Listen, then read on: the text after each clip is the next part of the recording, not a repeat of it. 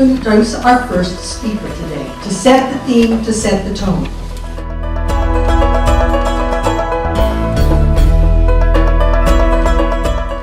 Please join me in welcoming Ron Soodalter. Thank you, Angela. Thank you all for coming, and thanks for having me. Human trafficking is one of the most profitable criminal enterprises of our time.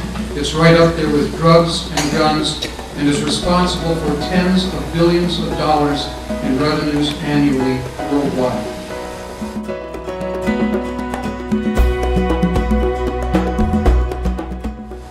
Sadly, most Americans do not know that slavery is alive and more than well right here, thriving in the dark and practiced in many forms in places you would least suspect.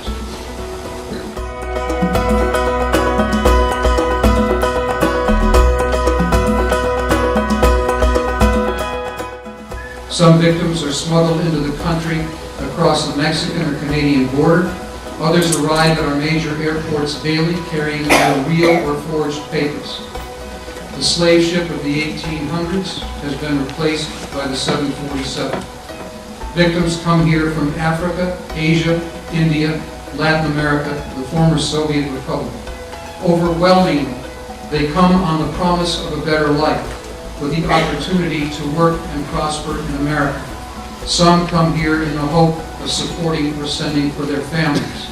In order to afford the journey, they fork over their life savings and go massively into debt to people who have made them promises they have absolutely no intention of keeping. And when they arrive, instead of opportunity, they find bondage. These people can be found, or more accurately, not found, in all 50 states, working as farmhands, domestics, sweatshop and factory workers, gardeners, restaurant and construction laborers, victims of sexual coercion. They do not represent a class of poorly paid employees working at jobs they might not like. They exist specifically to work, they are unable to leave, and are frequently forced to live under the constant threat and reality of violence. They no longer control their own lives. Both by historical tradition and legal definition, they are slaves. Today we use the term human trafficking, but make no mistake, it is the slave trade.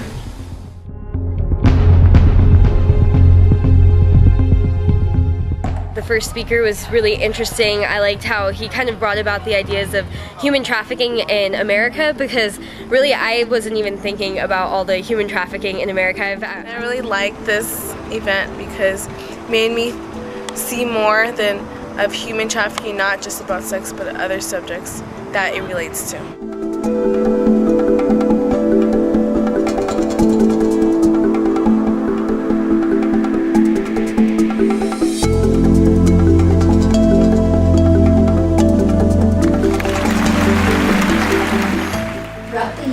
The Survivor Caucus, along with members of CAST staff, go to community organizations, we go to museums, to churches, and help to raise awareness on this issue. And the caucus has played a critical role in helping us to raise awareness, not just here, but all over the country. And part of this today is to help in their leadership development, but also so that you, as consumers and as people who are interested in ending slavery, can hear firsthand what strategies will work.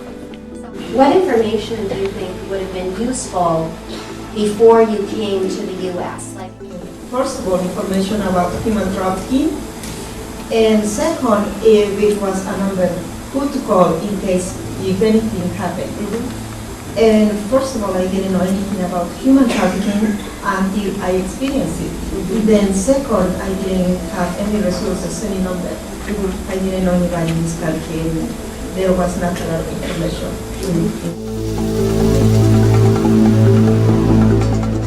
Trafficking survivors were actually very inspirational. That was my favorite part so far. Just them having the courage to get up and speak up against, stuff that's happened to them, and just being willing to share and, be an advocate for other women that are still out there being exploited. That was really inspirational.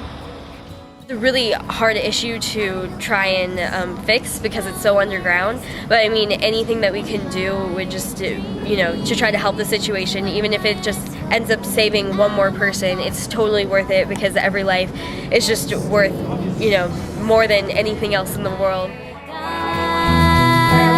Set me aside. Remember me. Remember me.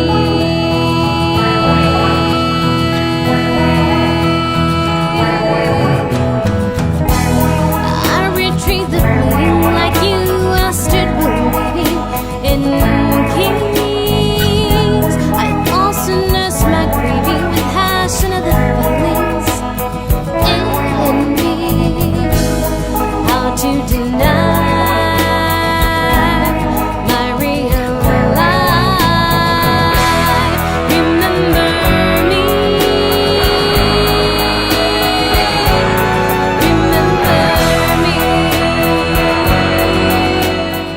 On behalf of the Southern California Partners for Global Justice Committee, I'd like to thank all of our speakers for a very rich, wonderful day. I know they put a lot of work into their presentations today, and we go away the richer for that, and hopefully bring the news into our communities.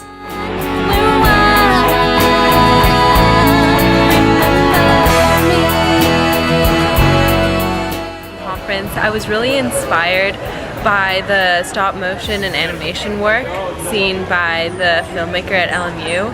I thought that I could personally take his ideas of applying a huge moral and social issue to something that everyone can relate to, like a visual thing that artists can really channel from their spirit.